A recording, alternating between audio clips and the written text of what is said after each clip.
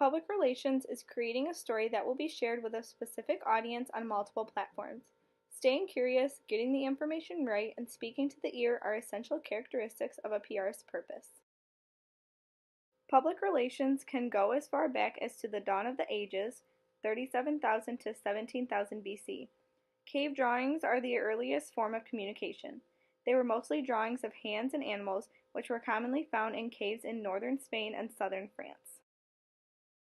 Starting in 551 AD with Chinese philosopher Confucius founding Confucianism, the Age of Faith played a role in spreading the word as well. St. Paul the Apostle was a theologian writer who traveled around and spread the word about Jesus.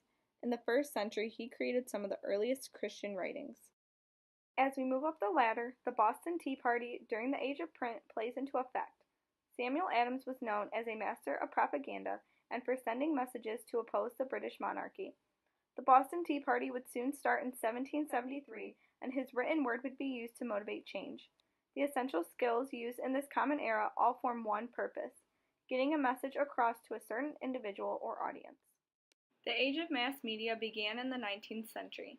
This time period is also known as the Age of Invention, beginning with Samuel Morse inventing the telegraph in the 1830s. The next big invention was the telephone in 1876 by Alexander Graham Bell, followed by the invention of the phonograph by Thomas Edison in 1877. The father of public relations was Ivy Ledbetter Lee.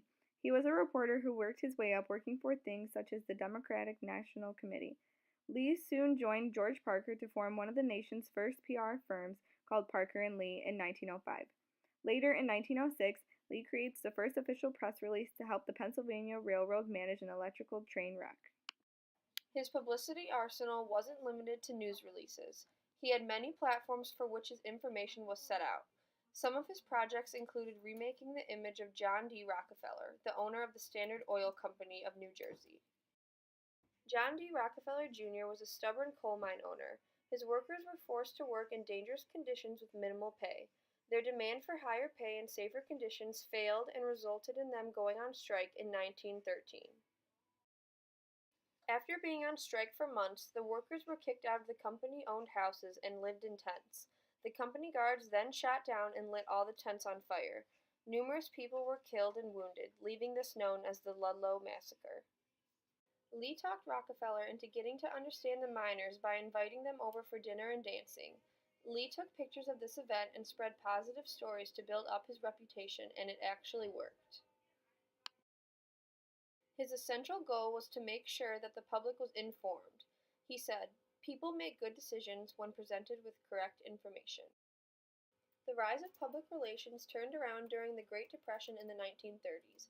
It is known that the National Association of Manufacturers was the first industry to introduce a public relations department. They included movie shorts, leaflets, and a daily column.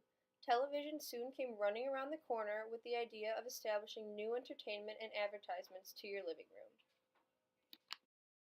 The age of digital media began in 1969 when the Advanced Research Projects Agency Network connected a computer at Stanford to a computer in UCLA using satellite communication, giving rise to the Internet.